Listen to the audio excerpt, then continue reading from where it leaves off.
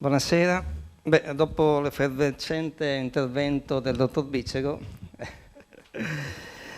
mi pare che tu sia un seguace di Jeremy Rifkin dagli ultimi interventi che hai fatto. Persona straordinaria. Ma veniamo a noi altri. Io sono un consulente di lavoro, è da qualche anno che faccio la professione, ho sempre da subito avuto una grande fortuna. In genere il consulente di lavoro è assimilato a colui che fa le paghe. Ecco, io non so fare una paga. Ho sempre avuto la fortuna, appunto dicevo prima, di essere stato assunto nel laureato in Confindustria, ho fatto qualche anno in Confindustria, ho avuto esperienze professionali importanti in Texas Instruments, in Fiat, a Cassino. Dopodiché ho aperto uno studio professionale e mi sono misurato con i problemi concreti delle varie realtà aziendali. Esperienza come la vostra, penso, esaltante se hai la passione per farla, devastante se non ce l'hai, perché i problemi sono quotidiani. E in questo periodo, come ricordavano anche gli interventi precedenti, tutti il Veneto, quindi anche il nostro straordinario Veneto, ha avuto una crisi importante. Non soltanto imprenditori che purtroppo non hanno resistito e hanno lasciato questa terra, ma molti lavoratori che sono visti da un giorno all'altro davvero senza le risorse per sostentare le proprie famiglie. E questo è stato ed è un problema immane. Assorda Stanzo, che ha fatto molto su questo, magari poi ne parlerà anche lei. Cosa possiamo fare noi, cosa potete fare voi, cosa può fare il consulente del lavoro, cosa ha fatto il consulente del lavoro. Diciamo che in questa situazione di crisi la risorsa umana è ancor più in evidenza in tutta la sua drammaticità, perché è l'uomo che esce nei momenti di crisi, come nei momenti di esaltazione. E quindi lo scopo del consulente del lavoro, io mi sono trovato davvero in grande difficoltà, perché poi dovevamo affrontare con le aziende questi problemi, essendo assolutamente impreparati ad affrontare questa realtà fra persone. Perché non era un problema economico ragionieristico, non era solo un problema economico ragionieristico, perché ovviamente se volevi salvare il tutto, una parte dell'azienda, dovevi inevitabilmente, eufemismo, riorganizzare l'azienda, cioè tagliare posti di lavoro. Il problema era come poi raccordarsi con questa platea, purtroppo molto ampia, di lavoratori che non avrebbero avuto un futuro nel breve. E quindi il grande tema era quello di comunicare questa situazione e di far sopravvivere le aziende a questo stato di grande disagio complessivo. E per fortuna alcune normative ci hanno aiutato. Il Veneto ci ha aiutato molto, ha favorito alcuni, per esempio i contratti di solidarietà, non so se ne abbiate sentito parlare, dove in buona sostanza i lavoratori, anziché essere in una prima fase almeno licenziati, diminuiva l'orario di lavoro in modo che le 10 teste che prima erano a tempo pieno potevano restare 10, però con un orario parziale ridotto. E quindi abbiamo limitato l'esubero del personale, confidando ovviamente in una ripresa dei mercati. Ma quando poi la ripresa non c'è stata, alla fine abbiamo dovuto inevitabilmente fare i conti con questa drammatica situazione. E quindi io stavo pensando, e da sempre ho pensato, che il consulente del lavoro forse, pur essendo un tecnico, lo deve essere, deve conoscere le normative, deve applicarle, deve raccordarsi con la direzione aziendale. A proposito, per inciso lo dico, l'ingegner Bosco è direttore generale, oltre che essere regional manager, cioè lui è il direttore dei direttori di tutte le aziende del Mainetti, dell'Europa, del Nord Africa, del Medio Oriente, giusto per dire chi è. La Mainetti, il suo complesso, è presente in 54 paesi al mondo, la sede principale è a Castelgomberto, una realtà nostra.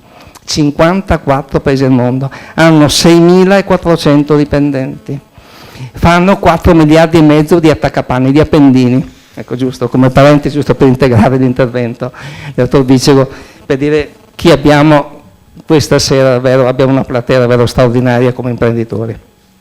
Ma tornando a noi, stavo dicendo appunto che la realtà che io mi sono trovato, che ho visto, che ho riscontrato, ed è stata quella di avvertire questa difficoltà di dialogo con chi poi? Mediato spesso dal sindacato ovviamente, perché il nostro interlocutore in questa fase a livello formale sono le organizzazioni dei lavoratori, cioè CGIL, spesso CISL e UIL. E quindi prima dovevamo noi convincerci della bontà di un progetto, perché noi, pur di salvare qualcuno, lasciavamo andare qualcun altro. Dovevamo essere convinti di questo, perché è difficile vendere qualcosa, io non sono un venditore, ma credo che sia difficile vendere qualcosa se non sei convinto del prodotto che hai in mano e della soluzione che proponi. Il secondo dato è di trasmettere questa convinzione a chi rappresentava i lavoratori, che a loro volta dovevano ovviamente parlare con i lavoratori che erano il terminale delle decisioni della direzione aziendale. E questo è stato davvero un dramma. Adesso ne stiamo un po' uscendo. Un altro tema che adesso stiamo verificando, per la verità in qualche realtà, e anche nelle realtà qui presenti per fortuna, è che si comincia a parlare addirittura di premi legati a un risultato. Anche qui dobbiamo dirlo subito, vi sono alcune impostazioni dove si dice benissimo, c'è un premio di risultato, quindi cerchiamo di metterci degli obiettivi in modo che i lavoratori, orientatisi con gli obiettivi, se li andiamo a raggiungere, abbiano un compenso economico. Domanda, ho visto anche le vostre slide prima, ma è sufficiente l'emolumento da parte economica o forse è opportuno anche integrare con un po' di welfare? Visto che lo Stato sempre meno oggi purtroppo è presente in quel segmento, in quel settore. E stiamo pensando in molte realtà di integrare una parte del premio risultato con degli elementi di welfare aziendale. Un tempo c'era il dopolavoro ferroviario, vi ricordate? O la Mazzotto che aveva. Si sta tornando all'antico, lo chiamiamo in modo più enfatico adesso. Però è una riproposizione di un modello veneto. E io credo che sia un modello che dobbiamo andare a costruire, forse insieme, perché anche qui bisogna convincerci della bontà e di come comunicarlo e di come far pesare un elemento di welfare rispetto a un dato meramente economico. Anche perché dobbiamo tenere presente una cosa, credo fondamentale, che l'azienda non ha bisogno di costi fissi.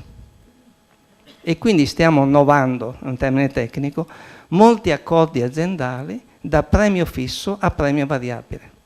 Per dire una realtà, l'abbiamo fatto, poi ne parlerà forse anche l'ingegnere Bosco, nella Mainetti, l'abbiamo fatto nell'azienda della dottoressa Comello, abbiamo disdettato la 14ª mensilità, che era un costo fisso, e l'abbiamo reso costo variabile. Ovviamente con molte difficoltà, perché un lavoratore che dice io prendo 100, ma almeno sono sicuro di quel 100 al variabile, magari diventa 120, ma può essere anche 70. Il ragionamento che faccio io è questo, ma se poi si va a 70, verosimilmente il costo del lavoro diminuisce, per cui in buona sostanza è più facile che quell'azienda rimanga sul mercato. Se invece tengo costi a 120, è un'azienda che va espulsa dal mercato. E quindi, però bisogna comunicarle queste cose, bisogna farle capire. L'informazione è fondamentale e mi pare che voi siate esattamente coloro che danno informazioni, che somministrano per capire, ma anche che insegnano, educano. Ecco, io credo che i prossimi premi di risultato debbano avere un presupposto, togliere dei costi fissi aziendali e rendere tutto molto variabile. Capisco che è una scelta molto difficile, molto impegnativa, ma che ci farà reggere i mercati. Io di questo sono davvero, davvero molto convinto. E quindi le sfide future che come consulenti penso del lavoro, quelli che fanno meno proprio i consulenti in materia di lavoro, e forse anche con l'aiuto vostro, sarà questo, di andare a costruire un modello che regga i mercati nel medio e lungo periodo. Perché se non abbiamo il coraggio di cambiare, di guardare avanti, come diceva anche mi pare la dottoressa Valentina prima, se non riusciamo in quei giallo, rossi e verdi, cos'erano? Quei colori, quel giallo mi pareva che fosse quello che dava un senso del futuro, della novità, dell'innovazione, di non aver paura di essere diversi da quello che oggi siamo. E domani, se diciamo di no, e oggi abbiamo detto di sì, o diciamo di sì, se oggi abbiamo detto di no, se è motivato è soltanto l'intelligenza che abbiamo messo in essere. Perché davvero qualcuno che mi dice ma tu hai sempre detto A e oggi dice B, certo le condizioni del mercato non sono certo statiche e se vogliamo reggere i mercati non bisogna altro che cercare di guardare non avanti, più avanti di avanti. Quindi buttiamo sempre la palla avanti e saremo vincenti se lo faremo insieme.